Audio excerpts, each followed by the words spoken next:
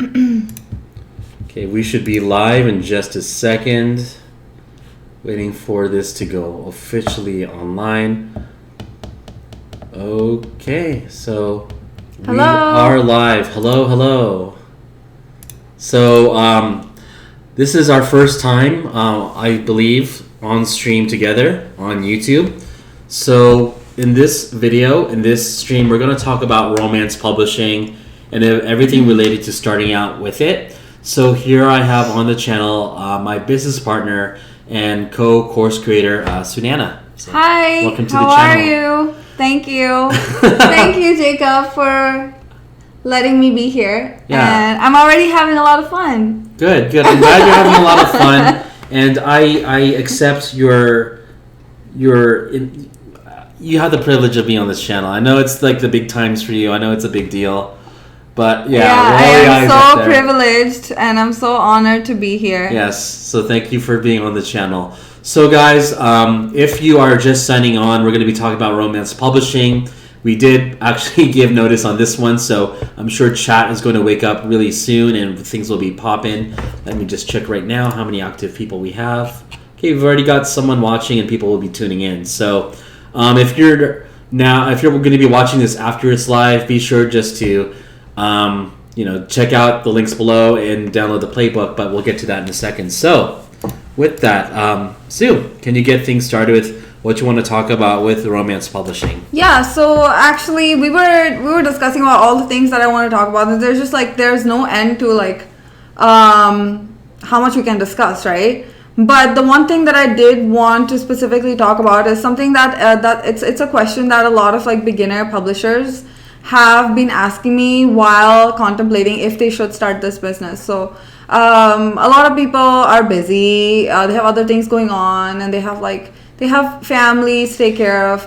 So starting a new business can be daunting, even if it is online. It does take a lot of work, especially when you're starting out, because because it is a lot of work, but because you're still learning, you're making mistakes, and you are kind of absorbing all the information from a lot of resources. And I have been doing this for a while, but I still read a lot of books, and I was just telling someone about this actually 5 minutes ago, just giving them recommendations on what to read, what groups to look in, and I'm constantly learning, so that never stops. And because I'm so invested in it, I think it's not tiring for me, it's fun. But just to give everyone an idea of how much work you need to put in when you are starting this business, and just the different aspects that go into it, and how much you need to kind of be invested and be thinking about all those things as you go through the process up until you publish. And then once you publish, then there's this whole marketing aspect. So when I started, the majority of my time was I spent a lot of time just doing the research, because for someone that's new to romance, people who've been doing this for a while, who've been writers for a while, they already know what the tropes are, what the trending keywords are, what the best practices for romance are, everything. You just kind of get the hang of it. But that's what I used to spend most of my time in the beginning. I used to go through the bestsellers, really dissect each one, the branding, the covers, the titles, what kind of stories they had, and what kind of stories led them to brand their books a certain way. I remember I read this, I won't name the author, but I read this book. It was a romantic comedy, and I was supposed to enjoy it, right? And it was fun to read it, but then I dissected the whole thing to the point where it wasn't even a fun read anymore. So I knew at 30% this is what happens in the story, 50% this is what happens. So I really dug deep into the whole research. So that took a lot of my time, but you don't have to go as crazy as I did. I was just it was all just really interesting to me, so I spent a lot of time doing that. I I used to revise a lot of things with my branding over and over again until it was ready to be published. And again, you don't have to be this crazy about it, but I was just a perfectionist, and I still am. Now it takes me less time just because I am more experienced and I've been doing this for a while. But like revising my book description, which we call blurbs in fiction. So just going over that again and again every day, making a lot of revisions until I was ready to publish. Like there was always something that could be changed every time I revised, because I would look at it from like a fresh pair of eyes. So blurbs, titles, the actual like plot, the storylines. So the research took a lot of my time, and then when I was ready to publish, then came the marketing aspect, where I had to learn Facebook ads that I had no clue how to do. I remember, just going through different like metrics and not knowing anything about anything. So now I was just like guessing at the top of my head. But once you do have the hang of that, it also becomes mechanical till you are ready to go to the next level and really elevate and scale your business. So that's another ball game altogether. But starting out, those are the things that I kind of focused on. Now, Jacob probably had a different kind of experience, because everyone has like different circumstances, right? Like when I started, I was basically on my own after I bought a course. For a few months, I was doing everything by myself. He had some help. And he was working like alongside other people. So everyone has like their own like different experiences, but I'd say that if you do have someone to like bounce ideas off of and have them like critique it, and just basically like give you like a thumbs up on like, okay, this works, you don't need to like keep revising it now, so like you're good. If you have something like that, it just kind of makes the process like that much fast. Yeah, and so we have a contrast in experience with starting out in the business. Now, full disclaimer, Sunana actually was writing her books, and she is a writer, whereas I'm someone that really approached this from a business opportunity perspective.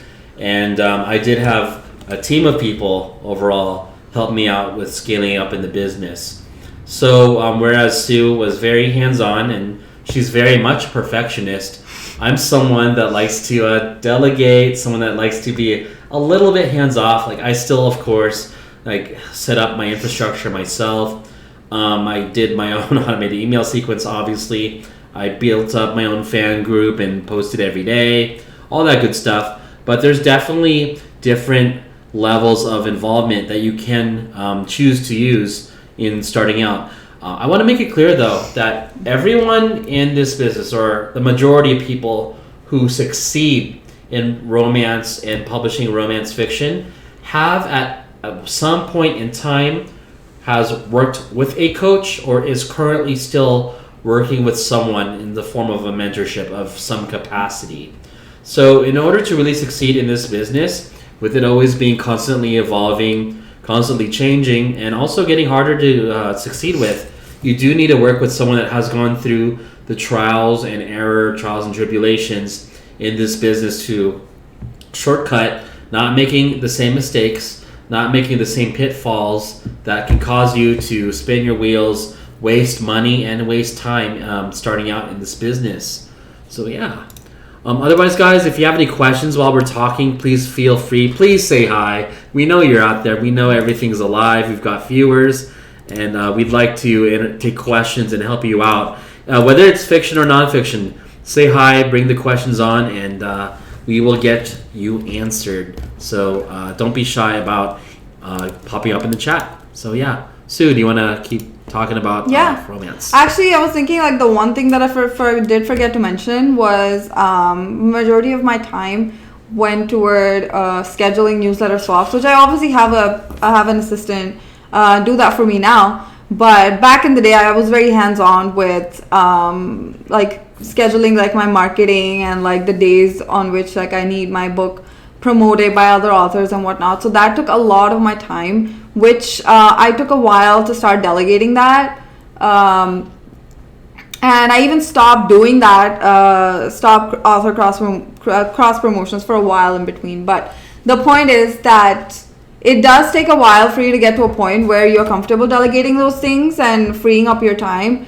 But that only happens like when you yourself are competent and when you know how to do it yourself. That's the best time to delegate it, because then you know if someone that you are paying to do something is doing a good job or if they're not doing a good job. So that is pretty much what I wanted to talk about in terms of like, putting in the amount of time and the effort that goes into like romance publishing. Okay, cool. So that's what we can talk about for now. I guess it's just in the middle of the afternoon. It's Friday. Hopefully those of you out there are safe and maybe you're working from home, finishing your shift, or somehow still at a job, or you're just busy with life. So until we get questions, this could be a shorter stream for today. But we'd like to just say, if you're interested in considering romance fiction, this is not a sales gimmick or some closed opportunity, but go to romancepublishingacademy.com, as we show here on the dashboard, romancepublishingacademy.com, and get a free copy of the Romance Publishing Playbook.